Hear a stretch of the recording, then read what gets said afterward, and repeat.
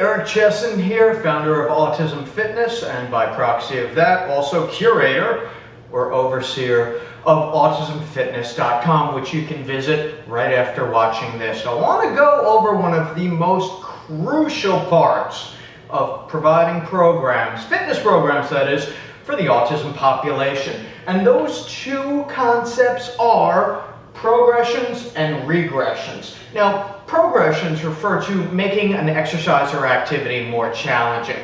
So the different ways that we can develop or build challenges into existing exercises are by adding resistance, so adding more weight, adding movement, so adding a push to a squat, adding a throw after bear walk, so beginning to create new motor patterns and motor planning.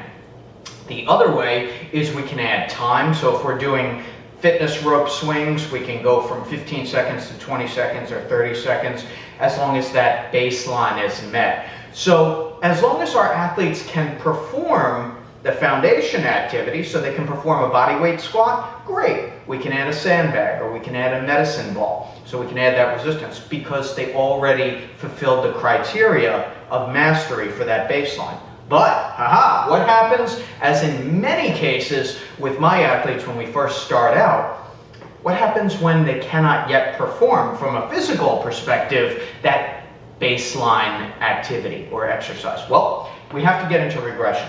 And this is where coaches and other professionals really need to hone in and figure out how many steps do we have to take back in order to create a successful situation for that athlete. So that regression, that step back, can take a couple different forms. We'll take squatting, for example. With squatting, if my athlete can't perform a full squat down there, maybe we'll put a medicine ball secured so it's not rolling away behind them, or some other object, some stable thing on the floor, so that they're able to complete the activity safely and successfully. So the idea is to take a step back or 2 steps back, whatever that means in terms of the activity, and have them start at a level where they can complete the exercise, that movement pattern, successfully.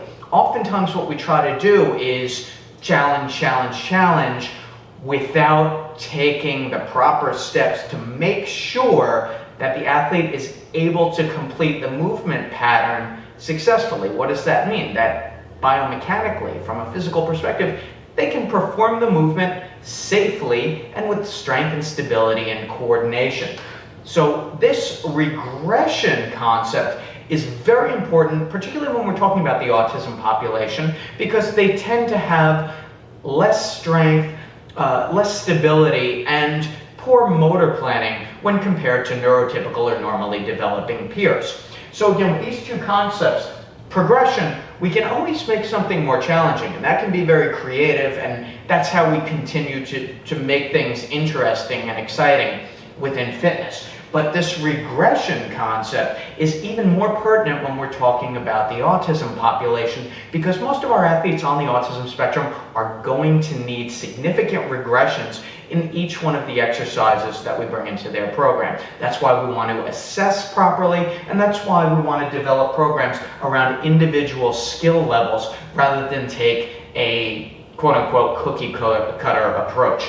So I hope that was a little light shed on progressions and regressions for you. I'm Eric Chessen, founder of Autism Fitness. You can find more information, including my really cool ebook that explains this and more, and even has some programming and some progressions and regressions in it with pictures of me doing the exercises on autismfitness.com. Thank you very much for watching, and I hope this helped.